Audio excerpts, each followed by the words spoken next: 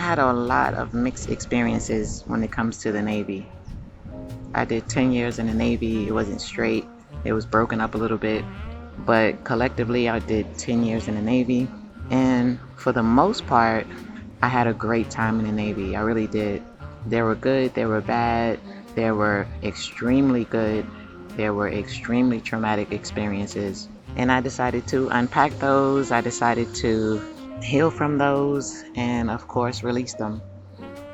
Now, I did have a lot of great Navy friends. I think the closest friends that I had in the Navy, they were in Guam. You know, I had the best time in Guam. That was like my favorite place. I lived in Guam for 2 years and it was beautiful. I spent Christmas on the beach. I actually had the most fun in Hong Kong, San Francisco, Japan, and of course Guam.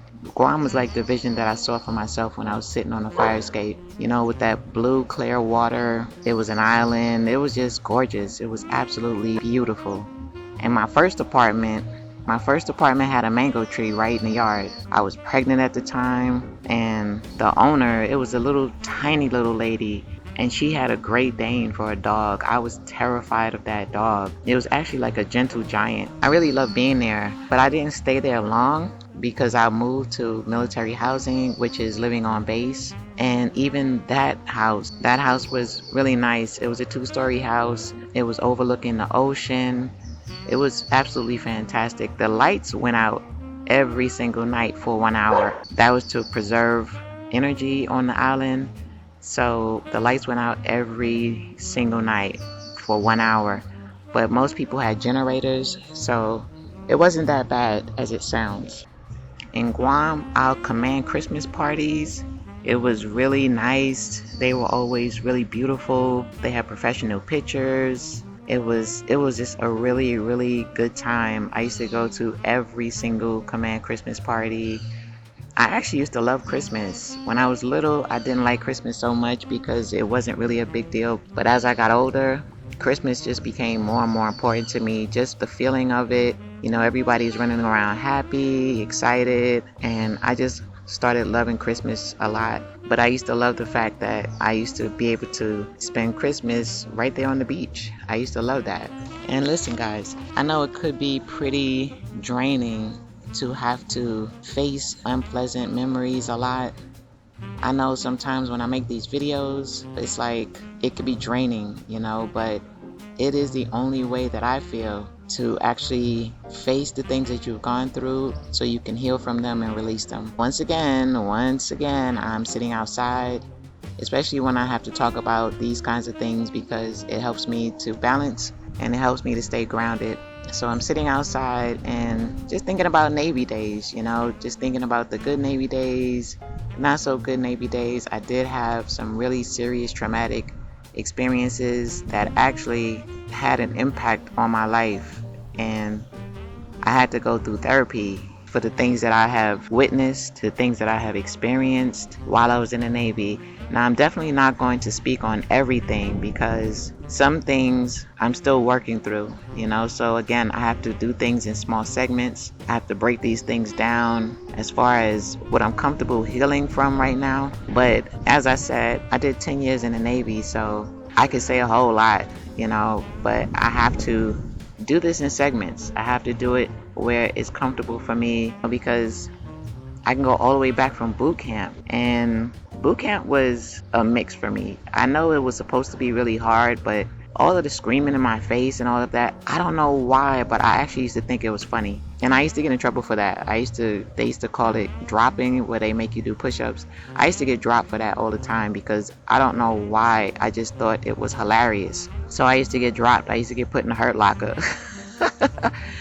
And I don't know, I just had to do what I had to do because I just could not stop laughing at certain things. When it came down to, like, I can remember when I had to be in a swim hole, because when I first got in the Navy, I didn't know how to swim. So I had to go to swim lessons 5 o'clock in the morning. I think it was like 4, because it was before the sun even came up. It was about 4 o'clock in the morning. This was in Florida. I used to have to go to swim class. And when I first got there, I was too scared to get in the water. Just like when we had to dive off the diving board into like 12 feet, and I did not know how to swim, and they pushed me in there. but they push everybody in there, and you have to just catch on real quick, and that just didn't happen for me. I was terrified, so I had to go to swim lessons. And when I got there, I didn't know how to swim at all. By the time I got out of that class, I was able to just float, swim, just float on my back looking up at the sky. And it's crazy because somehow, some way, when I got out of the military, I reverted back to being afraid of the water. I don't know how that was, because I learned how to swim really well. I passed my swim class. We had to dive off the diving board into 12 feet, and we had to backstroke all the way to the other end of the pool. And it was like an Olympic sized pool. And I did well on my swim class. So I don't know how I reverted back to being afraid of the water and not knowing how to swim. Now, I can't say that I'm afraid of the water. I can't even say that I don't know how to swim, because I've jumped in the pool and I've swam. So I do know how to swim. I'm not afraid of the water. Again, I don't know what that's about. I have my suspicions. I'm not sure what that's about. But I am happy to say that I overcame that fear.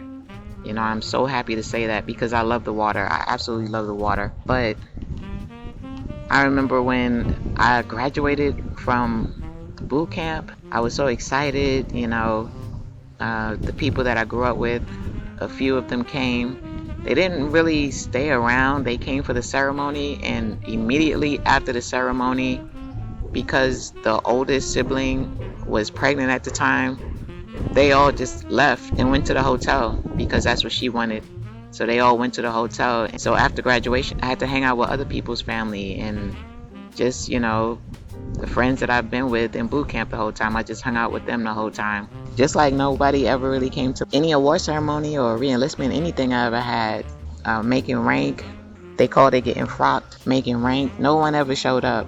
I used to cry about that. Actually, my friends used to feel bad for me. They felt bad for me that every time there was some kind of ceremony, not one person showed up. I used to feel like they pitied me, but at that time, I was so hurt that I accepted the pity. I accepted the hugs. I accepted them taking me out to eat afterwards, and them maybe throwing me a little party, because it really did help, because they knew I was the only one standing there with no support. My shipmates, they just used to feel really bad for me, but I had to focus on my achievement. That's the only way I got through it. I had to really zero in and focus on the achievement that I made, because those achievements are not easy. They're not. So I had to be proud of myself in that moment. I remember one time I had to stand watch for individuals who tried to take their life. And I actually met a young lady when I was standing watch. Standing watch means you basically just sit there and monitor everybody, making sure everybody's okay, no one's trying to hurt themselves. And you stand watch for 4 hours. And she and I had conversations about what made her want to take her own life. And we talked for 4 hours. We talked the whole time.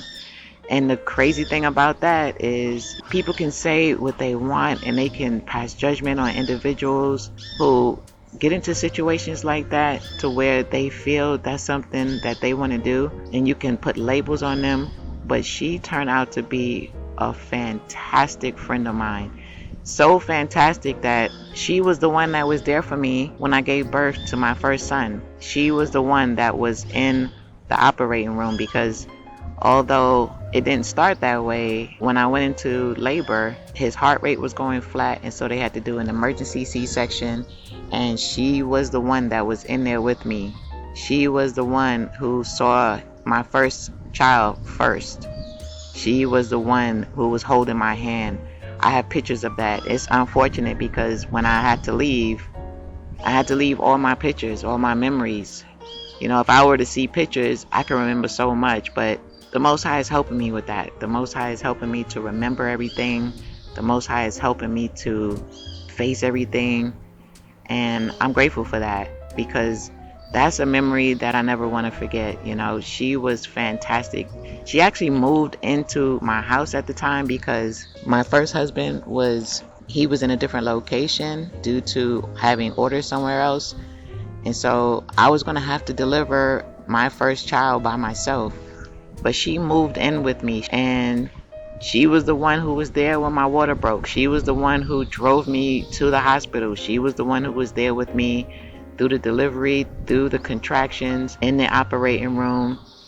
She was one of the ones there when they threw me, actually, a surprise baby shower. I remember that. They threw me a really beautiful surprise baby shower. It was a bunch of us, and it was a really good time. It was beautiful. I am so grateful. I cannot believe I'm remembering that in this moment right now. And it was so beautiful. I remember that like it was yesterday. I got so many different things. They just had it set up really nice. You know, they went above and beyond to surprise me. It was just beautiful. And even though, if I remember correctly, I wasn't surprised because I think I dragged it out of my husband at the time. So I kind of wasn't surprised, but nevertheless, to this very day, I'm grateful for that baby shower, because it was my first child, so I was really nervous, and I was in Guam. I didn't have any support from family or anything, or supposed family or anything. So it was just me and my first husband at the time, and all of my friends, and my friends became my family. My Guam friends were truly my family, and I really, to this day, have love for them. I really, truly, to this day, remember all of our good times, and gosh, I'm so thankful for that. These are the ones who, when I gave birth, they are the ones who showed up at the hospital. It was my friends. They were the ones who showed up at the hospital. You know, guys, you know what? Don't sleep on making friends your family sometimes, because sometimes your friends could become your family. And I'm talking about real friends. Real friends could become your family, even closer than what's supposed to be your biological family. So give those guys a chance. Open up to those guys. They were the ones who used to comfort me, my Navy friends, when I would go home on leave and like nobody would ever meet me at the airport. They were the ones who used to comfort me, because I used to come back from leave and I used to have to work on getting out of some kind of depression. You know, every time I went home, it was always the same energy every single time. It was already disheartening that I had to fly into Jersey and nobody was there. That was disheartening enough. Flying into Jersey with a big sea bag on my back, nobody's there to greet me, nobody's there to meet me. Then I had to make my way all the way from New Jersey to Brooklyn, and to be honest, it was difficult. It was really difficult, and it was heartbreaking. And those things could stay with you, because I remember it. I remember getting off the plane, seeing everybody, greeting people.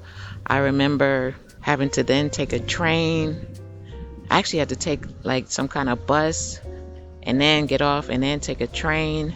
So you're going from one thing to the next, and you're doing that alone. You know, and you're wondering, why isn't anybody here? I've been gone for a long period of time. There's nobody here to meet me, not even halfway. And that's heartbreaking. That is heartbreaking.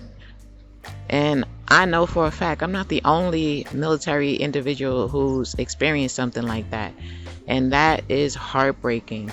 You know, so shout out to those who in the airport, or just those who, when you see military members or veterans, you actually take the time out to stop and say thank you for your service. You don't know how much that means to military members, because you never know what they're going through. And just that small token of appreciation, it feels great. That small token of appreciation, it makes you feel appreciated. It makes you feel loved. You know, and I know that cannot just be me.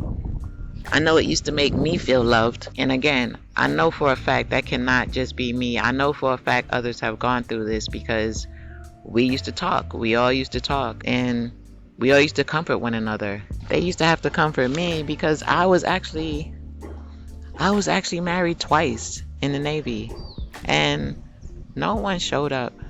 Not one person showed up either ceremonies. Not one person. My first ceremony, it was just the two of us. And the second ceremony, it was just the two of us. And by that time, my firstborn child was about 4. So it was just the two of us and him. and no one showed up before, during, after, and that's heartbreaking. These things stay with you, and that's the reason why it's so important to heal from these things, because if you don't heal from these things, it will keep you stuck. It kept me stuck, feeling sorry for myself for a long time, feeling sorry for the fact of, dang, did anybody care, like, at all? You would see individuals support one another, get on the plane and fly state to state to support each other through different things and different ceremonies. But for me, it just wasn't a thing. And let me be very honest, this is nowhere close to being anything about feeling sorry for me, because I've went through the stage of feeling sorry for myself, and that got me absolutely nowhere. The last thing I want is for anybody to ever feel sorry for me. The only thing I do want is for those who ever go through something like this to understand that if nobody else understands what you're going through, I do. And please heal from these things and release these things, because you don't want these things to take control of your life and make you feel bitter. You don't want these things to take control of your life and make you doubt yourself or keep questioning yourself, because there's nothing wrong with you. If anyone cannot see the great in you, if anyone cannot find genuine love for you, then find it within yourself, because I'm sure you have it within yourself. Dig deep and find it within yourself and love on yourself. I'm sure you have enough love within you to where you can love yourself. You just have to dig deep for it. And you just have to know that you deserve love. Even if it's you loving yourself, you deserve it. I remember arguing with my first husband because the woman who raised me, she never even met him. I was married to him for 3 years. She never met him, not one time, not once. No, she never met him while we were married, not one time. When she met him, it was at my oldest son's graduation from boot camp when he showed up. That's when they finally met. And that's sad, but like I said, guys, I look at these situations, and the only thing that I see from these situations now is that I need to heal from it. That's it. That is all that I see. No pity, no sorrow, no anything, except, you know what? This came up in my mind. This came up in a dream. This came up as a memory. So let me heal from it, because you know what? It's all about healing and letting go. And especially the new thing that I'm on, it's all about making new memories. The only thing I'm doing is clearing out the clutter. I'm clearing out all the clutter of traumatic experiences, things that have held me back, things that have made me second guess me as a person, things that have made me ask myself why and why me. And I'm just clearing those things out. I'm facing it. I'm learning to even laugh at some of these things. Not all, but some of these things. And I'm releasing it because I am making room for new memories. And new memories will be had. Look, guys, those young adults out there who go to the military and they feel alone, or they don't get care packages, because I remember that too. They don't get care packages, or they get very little mail. You guys hang in there. Thank goodness for technology, because I'm sure now maybe you can get mail faster via email, but you hang in there. You know, if you get depressed, please talk to somebody. Don't care about what anybody thinks. Several people out there may judge you. Don't worry about stuff like that, okay? Because there were several people that felt that they may want to take their own lives in boot camp because of the lack of support that they got back at home. So open yourself up to new connections. They may not be your biological family, but they can be your family nonetheless, all right? Fight for your life and talk to professionals. There's tons of mental health medical professionals in and outside the military, and from my experience, they show you tons of compassion.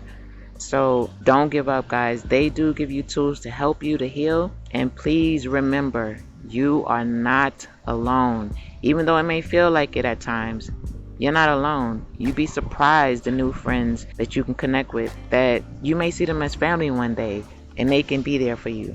Those women who sit in recovery rooms after giving birth and there's nobody to celebrate your new arrival, I know how that feels. I know how it feels. But that's okay, guys. Just look down at that beautiful bundle of joy that you brought into the world and just submerge yourself into that moment, you know. Yes, it may hurt. But that little face has the power to overshadow that pain. Just fully open yourself up and allow that little angel to shift that energy. Those military members who aren't welcome at the airport or supported during your achievements, stand tall. Thank you for your service. Hold your heads up, guys. Hold them high and be proud of yourself. If nobody else is proud of you and celebrate your accomplishments, the Most High is right there with you, and I'm proud of you because I know exactly how it feels. Strut through those airports, train stations, bus stations, or whatever. Strut through those areas like a boss because you are one. And for those of you who have your own opinion of the military, please, regardless of your opinion of the military, please have compassion for these members as well as the veterans because they go through a lot of things that you couldn't imagine. Thank them for their service. These are the men and women out there that's fighting for your freedom. Please show them some compassion instead of calling them crazy or judging them. Let's heal without judgment, guys. Please.